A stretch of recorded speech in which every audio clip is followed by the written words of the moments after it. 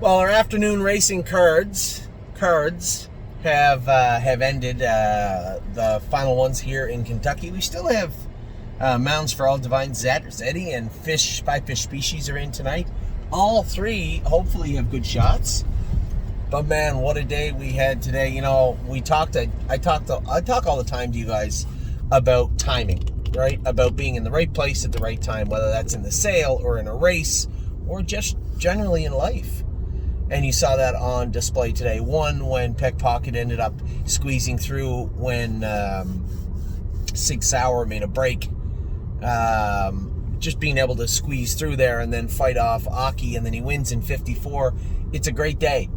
And then you have another little horse go out, race his eyeballs out, trot almost a full second faster than Pickpocket, and have to end up with a fifth. And that is timing, right? Now, we'll talk about the whole day, because those weren't the only horses in stake races today. Those weren't the only horses that raced well. Those weren't the only horses that raced in general. So I'm going to get right to it. I'm going to talk about, first, I'm going to talk about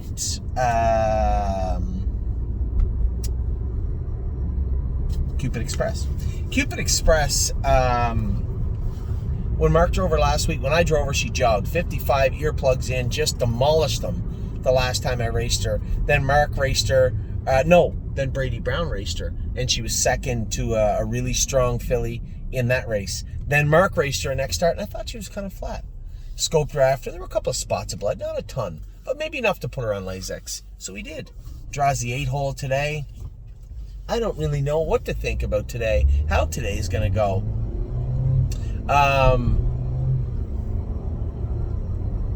Ronnie gets her out of there good, crosses her over to the front, lets like the favorite go, one of the favorites go. The heck did I have to stop? No, not on this side of the road. I found that was weird in the States. I guess it makes sense, but no, not unless they're crossing the road. Really? Which, yeah, I guess so. I think it makes sense. Maybe they should stop, but I guess they don't want to have congestion in such a big road. So we're talking about the school buses. So in Ontario, It's off school at 6:30. oh yeah, right. That's weird. When the school buses in Ontario, if they're going down a road, even the highway in Ontario, I see them stop sometimes.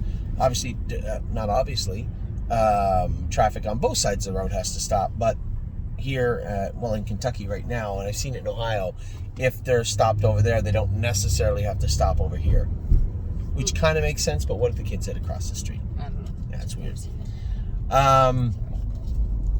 Anyway, thanks for interrupting the video. Sorry. No, it's no problem at all. I just wanted to explain to everybody what you were seeing, so I got that out of the way. Okay. So Cupid Express raced great, and then I missed Spitfire. I was driving down the road. We were doing something. I see a message pop up. Horse was absolutely awesome. I said, "Oh, thank God." So I watched the video after. My God, he annihilated them, 53-2. That was the Spitfire overseas from before. Now he does have the Liberty Bell left. He does have some racing in Indiana. And technically, he has the Breeders' Crown. But we'll watch. Although he raced good today, it wasn't the fastest mile of the day. And the horse that did go faster than him isn't a real threat, I don't think, in the Breeders' Crown. No disrespect to the owners of the horse. But is that horse truck and trailers making that noise? It is. No. Oh, no, it's behind us. I was going to say, oh, my God. Spitfire overseas just raced tremendous. A lot of work to do. I think it goes without saying, you can't possibly believe that he's peaked. You know, this is a horse that AFib'd, had time off, came back, finished 5th, then missed 2 weeks, then came back, 2 weeks in between schedule again, raced good last week. Tim and the vet had done some work on him. The horse was clearly awesome today. I haven't talked to Ronnie yet, but man, looks some kind of good today. Then the two mares race, the two fillies race, Major Megan and I Forbid You. I Forbid You did scope a little bit sick, but I had told Brady, she's got a short burst in her, and I mean a short burst in her. 4 wide around the last turn. A little more of a lengthy burst would be the anticipated need for moving her there. But what are you going to do? You have to get her up into the race. So she's not an easy filly to drive. She's easy to drive. She's just not easy to drive. Does that make any sense? she doesn't do anything wrong, but you have to position her in a perfect striking spot with minimal use. That's what you have to do to win with I Forbid You. Yeah, listen, she won in 53 this year, and she'll win again. But today, coming 4 wide in the last turn, not really her forte. Major Megan, I thought I'd slide through. I was a little frustrated. I saw him too fishing at her down the lane. She's running in late in the mile on the straightaway. It's got to be something bothering her on the right side. Let's see if Tim maybe had the vet to look at her. But again, she raced good. She raced good, finishing second. I thought she was okay. Unique Style, left line. You saw him coming. He blew the turn coming out of the last turn. I had said to Jason, maybe we'll swap because that is the class. Hopefully the horse that won it can go away. And B. Lisa fits that class. Gets around a 5/8 better than a half without the hobbles on for sure. And at any point we can put them back on her. I'm not going to jump to conclusions about last night, but I would like to have a little swap. Unique Style to race at Northfield Park. B. Lisa to race next week at the Meadows. I think that's a much better fit for both of those horses for sure. But I wasn't disappointed with Unique Style. Got to straighten him out. You can't drift out. You can't blow the turn like that. He's second if he trots in a straight line and follows the leader, but he didn't. He wander. Didn't look sore to me. Didn't look lame anywhere. We'll have him checked out, but got to rectify that. And again, moving from 5/8 to a half will help him for sure in that regard, but still have to get him squared away. Decent trotter. I think he's still probably worth more than we paid for him. So that's good, but he does got to get some work done. We got to turn those fourths into firsts, and I think our first start will be next week at Northfield. Now, after that, a little bit of a delay. We were waiting all afternoon to race Pickpocket. Got the outside post. What am I going to do? I hear the voices. They're telling me to leave. I don't really want to take him back. And get away 8th. So it really came down to one step off the gate. Can I get there? Are the horses to the left of me gathering up? Or are they moving forward? Are they advancing? Am I going to be hung 40 going into the first turn? Am I going to put myself in a spot I don't want to be in? Todd McCarthy starts taking back. I look left. There's a couple of horses inside of me. I know that Yannick's probably going to cut me loose and want to remove. So within yards of the start, I already know how the first quarter is going to shape up. I know that Andy McCarthy is going to be taking his time. No rush for him, and I know that Yannick's going to bull rush me coming out of the turn. But again, I'm happy with where I'm at.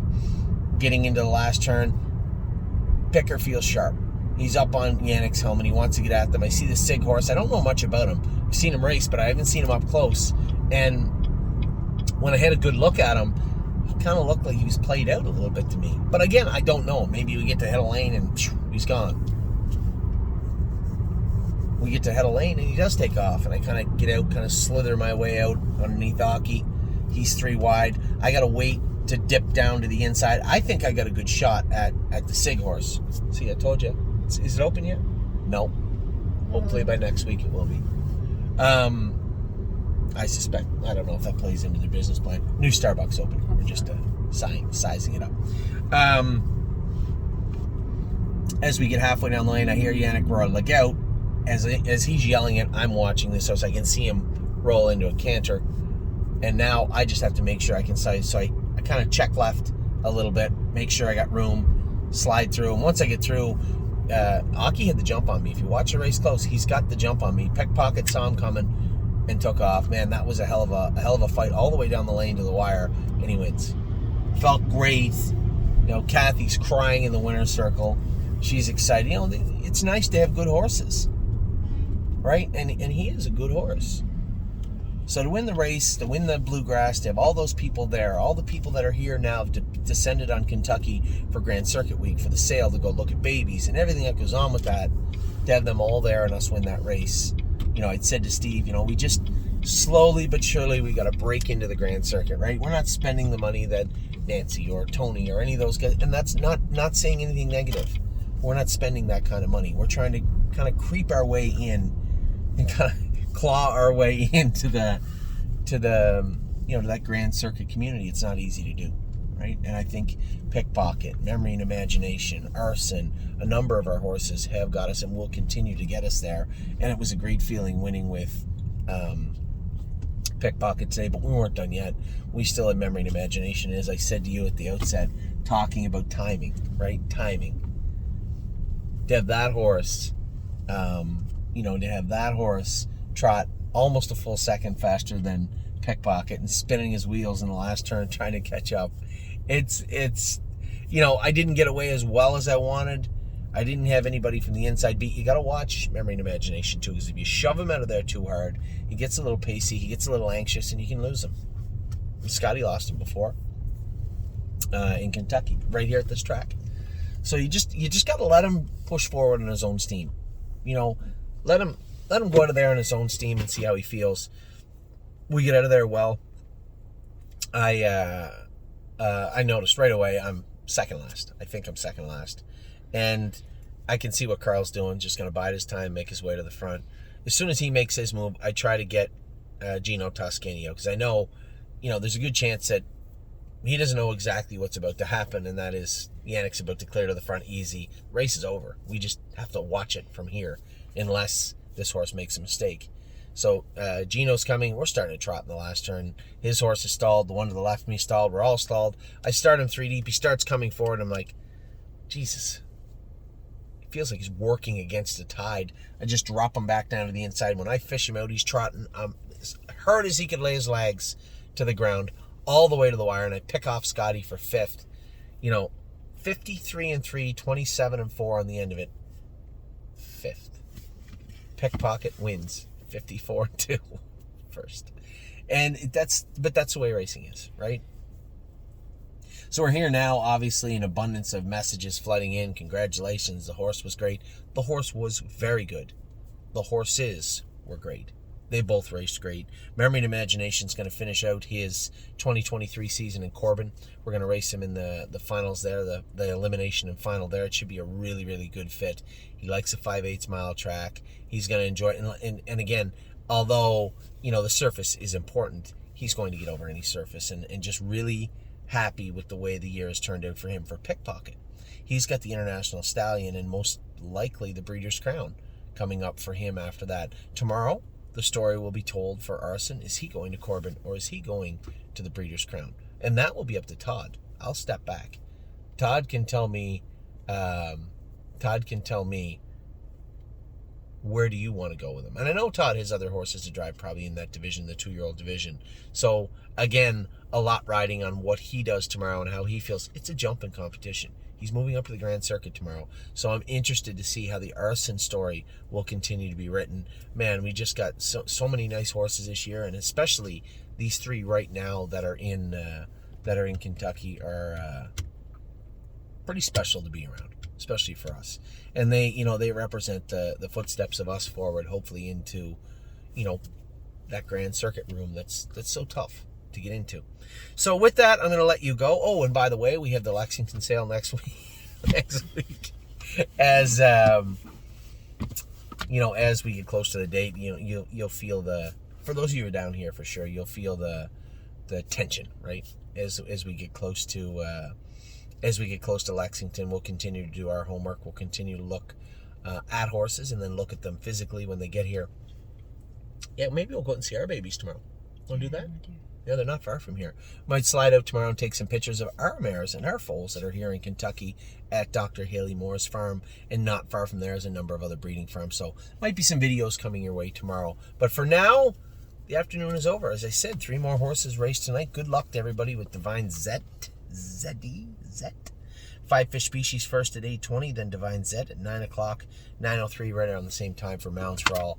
I had a great talk today with Ron Burke also. Talked about JK Victory. I said, Ronnie, when Indiana's done, he's not coming back to Ontario. Obviously, he didn't get over that track as well. What do you think? And he said, well, Meadowlands, I'll happily take him to the Meadowlands for you. And I said, well, I was just worried that you had other horses to race there. He said, it's not going to be a problem at all. So he likes the horse. Because I said, realistically, it was either going to be you can take him to the Meadowlands, or I was thinking about putting him in Harrisburg because, we want a horse like him, but well, I'm not bringing him back to Mohawk. And he said, no, you know what, don't sell him at Harrisburg. He said, that's going to be a killer 5-year-old. He said, the horse is sounder now than he was last year. He's racing good. Take him to the Meadowlands, rest him a bit, and then have him for Indiana next summer, and I think you'll be happy. So it was great. It was the longest conversation I may have ever had in my life with Ron Burke. So it was reassuring that he felt so strongly about the horse, and about the other horses too. We talked a bit about Mel Mounds and who's the other one is there for us? Mounds, Mel, JK Victory. Oh, no. Renegade Gypsy. I didn't talk to him about Renegade Gypsy, but I will see him in about half an hour, and we'll talk about it then. So with that, I'm going to let you guys go. It was a absolutely beautiful day here in Kentucky, not just literally, but metaphorically. It was great to win a Grand Circuit race, a serious Grand Circuit race. It was great to win the Bluegrass Stakes today with Pickpocket. It meant a lot to me. I'm sure it meant a lot to you and all my partners, and very timely victory for everybody. So with that, I'll let you go. I'll talk to you soon. We get 3 tonight. Good luck to everybody racing tonight. We got a bunch more tomorrow. Saturday, I'm off to Dayton, and then the real chaos starts. Sunday through next Saturday at Fasig-Tipton, just down the road from me. So take care. Talk soon.